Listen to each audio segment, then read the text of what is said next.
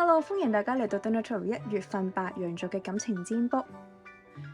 如果你需要一個針對翻你個人同埋詳盡啲嘅占卜，可以透過左上角嘅聯絡方法同我預約做個占卜嘅。咁我而家就開始講下白羊座1月份嘅感情運勢會係點樣啦。咁有啲白羊座，我會見到你係一個會主動、有主見同埋有吸引力嘅人。你而家身邊有一個對象，可能喺12月到1月發展係唔錯，相處好開心。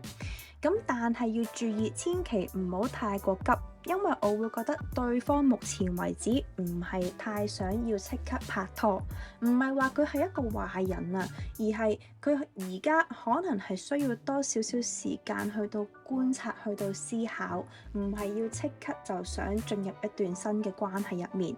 咁所以我會建議你依家唔係要即刻冷淡對方，而係你調整翻自己嘅步伐，唔好太急，放翻慢少少。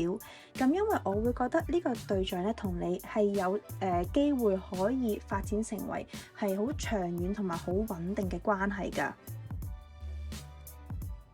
另外有啲白羊座，我會見到喺12月尾1月頭嘅時候，你可能會識到一個條件好吸引到你嘅對象，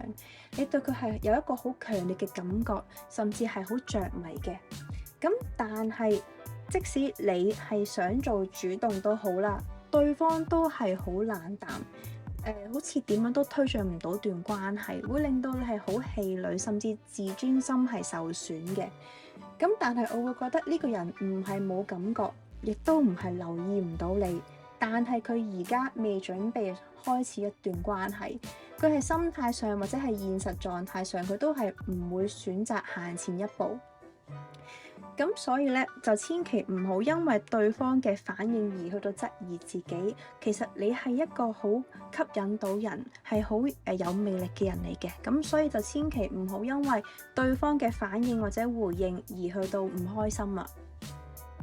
咁白羊座嘅占卜就去到呢度啦，我哋下次再見啦，拜拜。